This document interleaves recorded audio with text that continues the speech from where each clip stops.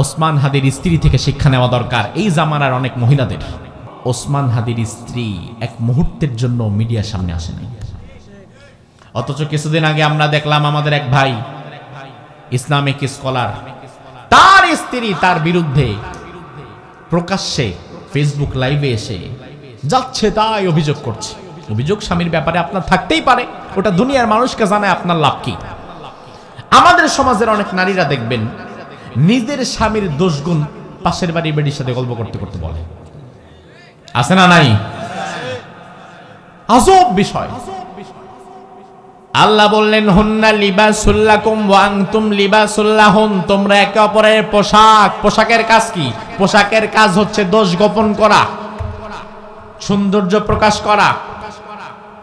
ধরেন আমার বুকের মধ্যে এই জায়গায় গর্ত আছে, চামড়া উঠে গেছে, দেখতে খারাপ দেখা যায়, কিন্তু আমি যখন পোশাকটা পরলাম, পোশাক পরার পরে কিন্তু আর ওই খারাপ জায়গাটা দেখা যায় না। এখন পোশাক পরার পরেও যদি আমার দোষ গুণ প্রকাশ পেয়ে যায়, তাইলে বোঝা লাগবে পোশাক তার ঠিক কাজটা করে নাই। স্বামীর দোষ গুণগুলো বাহিরের মানুষের কাছে প্রকাশ করে দেওয়ার মধ্যে কোনো বরত্ব নাই, বরং এতে গুনাহ হয়। তা আমাদের অনেক নারীরা স্বামীর দোষগুণ মানুষের কাছে হরহামেশাই বলে, যেটা অনুচিত, নাফরমানি করে। ওসমান হাদির স্ত্রীকে দেখো, অবাক হয়ে গেলাম। এত কিছুর মধ্য দিয়ে স্বামীর বিষয়ে মিডিয়ার সামনে একটা টু শব্দটা করে নাই। আহারে, শেষ মুহূর্তে ওসমান হাদির লাশটা যখন এসেছে, শেষবারের মতো নিজের স্বামীকে দেখার জন্য স্ত্রী আসছে, সেখানে শত শত মিডিয়ার ক্যামেরা দাঁড়ানো, ওই নারীর একটা সিঙ্গেল পিকচার পর্যন্ত নিতে পারে নাই। তাকে পর্দার আড়াল করে আনা হয়েছে, আর পর্দার সহিত নিয়ে যাওয়া হয়েছে। ওসমান হাদির একটা 8 মাসের বাচ্চা আছে। আজ কোরআন আমার সামনে বলে গেলাম, যেই শালীনতার পর্দার শিক্ষা ওসমান হাদির স্ত্রীর মধ্যে আছে, যেই নারী যত পর্দাশীলা হয়, যত লজ্জাশীলা হয়, যত আমানতদার হয়, যত মুত্তাকি হয়, পরহেজগার হয়, ওই নারীর সন্তান তত বেশি সাহসিকতা আর বীরত্বের মধ্য দিয়ে গড়ে ওঠে। আমার বিশ্বাস ওসমান হাদির রেখে যাওয়া এই সন্তান তার স্ত্রী যাকে লালন পালন করে বড় করবে, আগামীতে সে ওসমান হাদির চেয়ে দ্বিগুণ শক্তিতে এই সমাজের মানুষের জন্য আবার দাঁড়িয়ে যাবে। এটা আমার বিশ্বাস। কারণ ওই মা যে তাকে গর্ভে ধারণ করেছে, সে কোনোদিন পর পুরুষের সাথে দেখা সাক্ষাৎ করে নাই। তার ঈমানের শক্তি ভিন্ন, তার ঈমানের কওয়াত ভিন্ন। আমাদের নারীদের শিক্ষা নেওয়া দরকার। ইসলামে প্রবেশ করার পরে, ইমানদার দাবি করার পরে এখন আর মন মতো চলতে পারবা না। এখন তোমার আল্লাহ চলতে বলবে যেই দিকে, তোমার চলা লাগবে সেই দিকে। তোমার আল্লাহ তোমাকে নামাজ পড়তে বলবে যেইভাবে নামাজ পড়া লাগবে সেভাবে, রোজা রাখতে বলবে যেভাবে রোজা রাখতে হবে সেভাবে, যাকাত দিতে বলবে যেভাবে যাকাত দেওয়া লাগবে সেভাবে, পরিবার চালাতে বলবে যেভাবে পরিবার চালাতে হবে সেভাবে। নামাজ পড়ে কপালে দাগ ফেলে দিয়েছে হাজী সাহেব মানুষ, অথচ নিজের যুবতী মেয়েটা পর্দায় চড়ে না, নিজের বউটাও পর্দা করে না। এমন নামাজি আছে না নাই? নামাজ পড়তে পড়তে কপালে দাগ ফেলে দিয়েছে, অথচ নিজের স্ত্রী সন্তানকে পর্দা করাতে পারে না। দায়ুস, আল্লাহর দরবারে দায়ুস হওয়া লাগবে। আর দায়ুস যে ব্যক্তি, সে জান্নাতের সুঘ্রাণও পাবে না। এই নামাজ আপনার কি কাজে আসবে যদি আপনার স্ত্রী সন্তান বেপর্দায় চলে? ওসমান হাদির থেকে শিক্ষা নাও। ওসমান হাদির স্ত্রী থেকে শিক্ষা নেওয়া দরকার এই জামানার অনেক মহিলাদের। পর্দা কাকে বলে?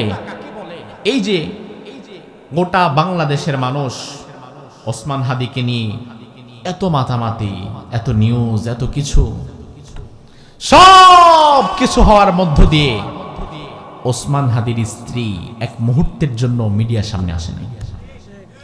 অথচ কিছুদিন আগে আমরা দেখলাম আমাদের এক ভাই ইসলামিক স্কলার, তার স্ত্রী তার বিরুদ্ধে প্রকাশ্যে ফেসবুক লাইভে এসে যাচ্ছে তাই অভিযোগ করছে। অভিযোগ স্বামীর ব্যাপারে আপনার থাকতেই পারে, ওটা দুনিয়ার মানুষকে জানায় আপনার লাভ কি? আমাদের সমাজের অনেক নারীরা দেখবেন নিজের স্বামীর দোষগুণ পাশের বাড়ির বেডির সাথে গল্প করতে করতে বলে, আছে না নাই? আজব বিষয়। আল্লাহ বললেন হুন্না লিবাসুল লাকুম ওয়া আনতুম লিবাসুল লাহুন, তোমরা একে অপরের পোশাক। পোশাকের কাজ কি? পোশাকের কাজ হচ্ছে দোষ গোপন করা, সৌন্দর্য প্রকাশ করা। ধরেন আমার বুকের মধ্যে এই জায়গায় গর্ত আছে, চামড়া উঠে গেছে, দেখতে খারাপ দেখা যায়, কিন্তু আমি যখন পোশাকটা পরলাম, পোশাক পরার পরে কিন্তু আর ওই খারাপ জায়গাটা দেখা যায় না। এখন পোশাক পরার পরেও যদি আমার দোষ গুণ প্রকাশ পেয়ে যায়, তাইলে বোঝা লাগবে পোশাক তার ঠিক কাজটা করে নাই। স্বামীর দোষ গুণগুলো বাহিরের মানুষের কাছে প্রকাশ করে দেওয়ার মধ্যে কোনো বরত্ব নাই, বরং এতে গুনাহ হয়। তো আমাদের অনেক নারীরা স্বামীর দোষগুণ মানুষের কাছে হরহামেশাই বলে, যেটা অনুচিত, নাফরমানি করে। ওসমান হাদির স্ত্রীকে দেখো, অবাক হয়ে গেলাম। এত কিছুর মধ্য দিয়ে স্বামীর বিষয়ে মিডিয়ার সামনে একটা টু শব্দটা করে নাই। আহারে, শেষ মুহূর্তে ওসমান হাদির লাশটা যখন এসেছে, শেষবারের মতো নিজের স্বামীকে দেখার জন্য স্ত্রী আসছে, সেখানে শত শত মিডিয়ার ক্যামেরা দাঁড়ানো, ওই নারীর একটা সিঙ্গেল পিকচার পর্যন্ত নিতে পারে নাই। তাকে পর্দার আড়াল করে আনা হয়েছে, আর পর্দার সহিত নিয়ে যাওয়া হয়েছে। ওসমান হাদির একটা 8 মাসের বাচ্চা আছে। আজ কোরআন আমার সামনে বলে গেলাম, যেই শালীনতার পর্দার শিক্ষা ওসমান হাদির স্ত্রীর মধ্যে আছে, যেই নারী যত পর্দাশীলা হয়, যত লজ্জাশীলা হয়, যত আমানতদার হয়, যত মুত্তাকি হয়, পরহেজগার হয়, ওই নারীর সন্তান তত বেশি সাহসিকতা আর বীরত্বের মধ্য দিয়ে গড়ে ওঠে। আমার বিশ্বাস ওসমান হাদির রেখে যাওয়া এই সন্তান, তার স্ত্রী যাকে লালন পালন করে বড় করবে, আগামীতে সে ওসমান হাদির চেয়ে দ্বিগুণ শক্তিতে এই সমাজের মানুষের জন্য আবার দাঁড়িয়ে যাবে। এটা আমার বিশ্বাস। কারণ ওই মা যে তাকে গর্ভে ধারণ করেছে, সে কোনোদিন পর পুরুষের সাথে দেখা সাক্ষাৎ করে নাই। তার ঈমানের শক্তি ভিন্ন, তার ঈমানের কুওয়াত ভিন্ন। আমাদের নারীদের শিক্ষা নেওয়া দরকার। আমার ভাই নিজে নামাজ পড়ে, হজ করে, রোজা রাখে, নিজের পরিবারটাকে পর্দায় চালায় না, এটাকে কোনো প্রয়োজন মনেও করে না। অথচ ঈমান আনার পরে তোমার পরিবার চালাতে হবে সেভাবে, তোমার আল্লাহ চাইবেন যেভাবে। ঈমান আনার পরে তোমার ব্যবসা চলবে যেভাবে, তোমার আল্লাহ চাইবেন যেভাবে। ঈমান আনার পরে তোমার রাজনীতিও চলবেন সেভাবে, তোমার আল্লাহ চাইবেন যেভাবে। অন্যথায় ঈমানদার দাবি করার পরে তুমি পরিবার চালাইলা শয়তানের মতো করে, ব্যবসা চালাইলা সুদ দিয়ে, রাজনীতি করলা মানুষের হক মেরে, তাহলে বিষয়টা কেমন হবে? ওই উট, যে ওটের নাকে রশি বাঁধানো আছে, ওই উট যদি কোনোদিন তার মালিক যেদিকে যেতে চায় সেদিকে না গিয়ে উল্টা দিকে চলে যায়, ওই ওটের নাকটা যেমন ছিঁড়ে যায়, ইমানদার দাবি করার পরে তোমার নাকেও আল্লাহ ইমানের রশি ডানায় দিছে। এবার সারা জীবনটা তোমার আল্লাহর কথা মতো চলা লাগবে। তুমি যদি আল্লাহর কথা মতো না চলে, নিজের মন মতো চলতে থাকো, তাইলে ইমানের রশিটাও তোমার থেকে বিচ্ছিন্ন হয়ে যায়। ইমানদার দাবি করার মতো কোনো এখতিয়ারও আর তোমার থাকে না।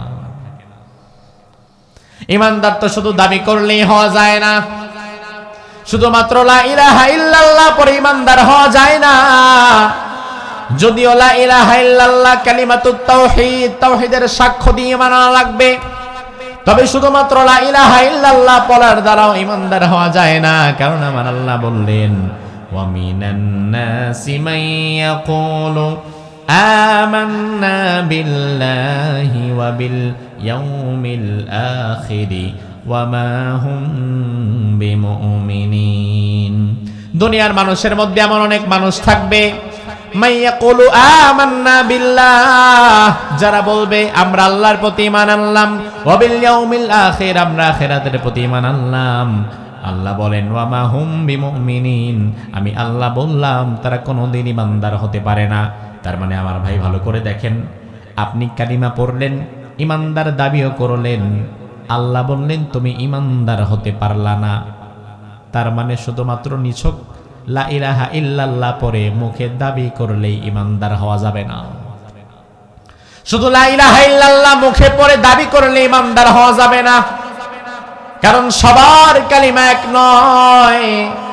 লা ইলাহা ইল্লাল্লাহ পড়ার পরে ইমানদার হয়ে গিয়েছেন আবু বকর, আবার এই একই কালিমা লা ইলাহা ইল্লাল্লাহ পড়ার পরেও ইমানদার হতে পারে নাই আব্দুল্লাহ বিন উবাই।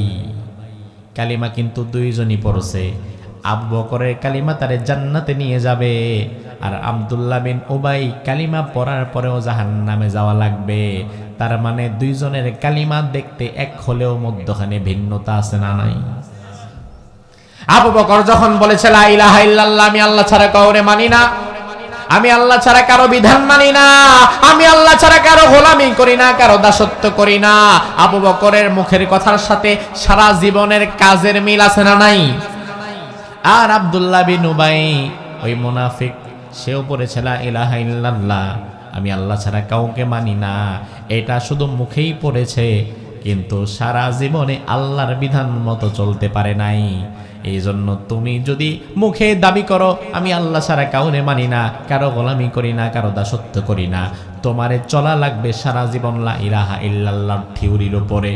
এটা যদি করতে না পারো তাহলে তোমার কালিমাটাও ওই মুনাফিক আব্দুল্লাহ বিন উবাইয়ের কালিমার মতো সস্তা হয়ে যাবে, ওই কালিমার দ্বারা লাভবান হওয়া যাবে না।